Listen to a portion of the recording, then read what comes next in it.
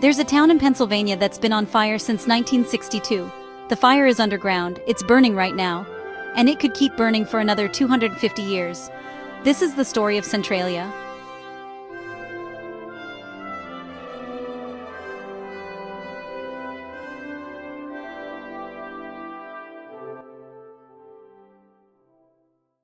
Centralia, Pennsylvania, was a small coal town in Columbia County, about 120 miles northwest of Philadelphia.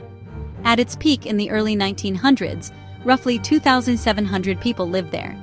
By the 1960s, the population had dropped to about 1,000, but it was still a functioning town.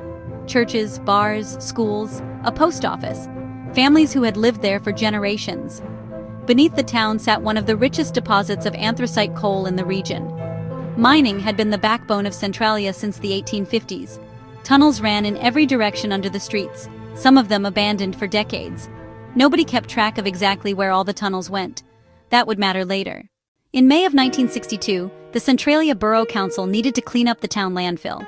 It sat in an abandoned strip mine pit at the edge of town, right next to an old coal seam. The council had used this method before. Set the trash on fire, let it burn down, cover it with dirt. Standard practice for small towns across coal country. On May 27, 1962, firefighters lit the landfill. The fire burned through the trash as expected. They doused it with water. It looked like it was out. It wasn't. The fire had reached an exposed coal seam at the bottom of the pit. It spread underground into the abandoned mine tunnels beneath Centralia. Within weeks, it was burning in places nobody could see or reach. The borough tried to put it out. They dug trenches to cut off the fire's path. The trenches weren't deep enough. The fire went under them. They flooded sections of the mine with water. The mine network was too vast. The water drained away and the fire kept spreading. They tried to seal the mine openings to starve the fire of oxygen. There were too many openings, too many cracks in the ground. Air kept getting in. State and federal agencies got involved.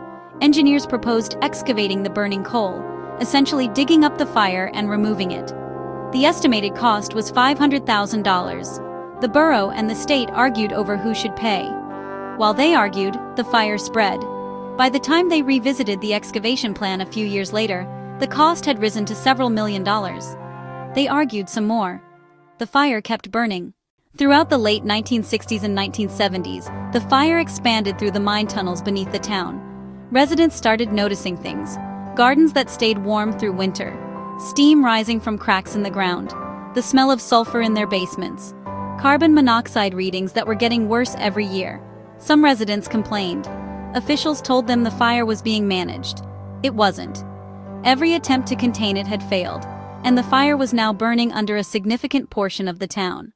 Then came the incident that changed everything. On February 14, 1981, a 12-year-old boy named Todd Domboski was walking through his grandmother's backyard. The ground suddenly opened beneath his feet. A sinkhole, 4 feet wide and roughly 150 feet deep, swallowed the earth where he'd been standing. Todd grabbed onto a tree root and held on while steam and toxic gases poured out of the hole. His cousin pulled him out. If he had fallen, he would have died from the gases before he hit the bottom. That's when the rest of the country started paying attention. The Domboski sinkhole made national news. Reporters came to Centralia and found a town sitting on top of an underground inferno. Steam vented from cracks in the roads. The ground was hot to the touch in places. Gas readings in some homes showed lethal levels of carbon monoxide. The cemetery was one of the only places where the ground was still cool. Residents were divided. Some wanted to stay. Their families had lived in Centralia for 100 years. Their homes were paid off. They didn't want to leave. Others wanted out immediately. They had children breathing toxic air and playing on ground that could collapse at any moment. The debate went on for years.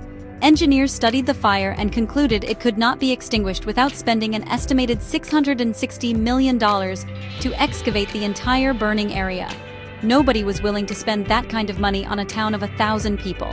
In 1984, Congress approved $42 million for a voluntary relocation program. The government offered to buy residents' homes and move them out. Most people took the deal. By the mid-1990s, most of the town was empty. Houses were demolished. Streets were abandoned. The zip code was revoked in 2002. But not everyone left. A handful of residents refused to move. They fought the government in court for years, arguing that the fire wasn't as dangerous as officials claimed, or that the relocation was really a land grab to access the coal beneath the town. In 2013, the remaining residents reached an agreement with the state. They could stay for the rest of their lives, but their homes could not be passed to heirs. When the last residents die, the properties revert to the state. As of today, Centralia's population is roughly 5 people. The town is a ghost town. Most of the buildings are gone. The streets are still there, cracked and buckled from the heat below. Route 61, the main highway that used to run through town, was permanently closed and rerouted because the road surface was splitting apart from the underground fire. The abandoned stretch of highway is now covered in graffiti. People call it the Graffiti Highway, though the state covered most of it with dirt in 2020 to stop trespassing. Steam still rises from vents and cracks in the ground. The smell of sulfur drifts through the empty streets.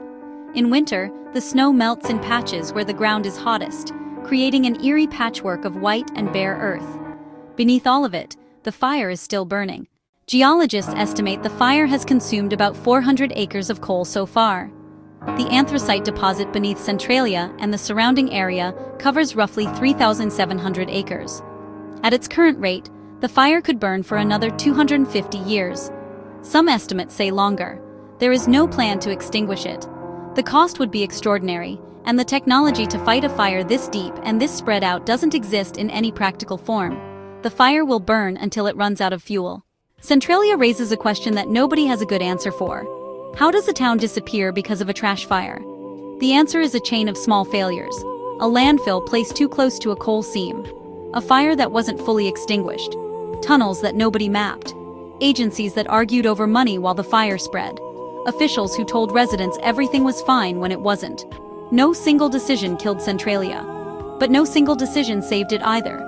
At every point where the fire could have been stopped, someone decided it was too expensive, too complicated, or someone else's problem. By the time the sinkhole nearly swallowed a 12-year-old boy, it was already too late. Centralia is still a town on paper.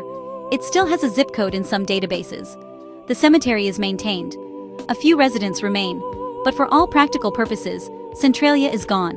Erased not by an earthquake or a flood or a bomb, but by a fire that started in a trash dump and never stopped.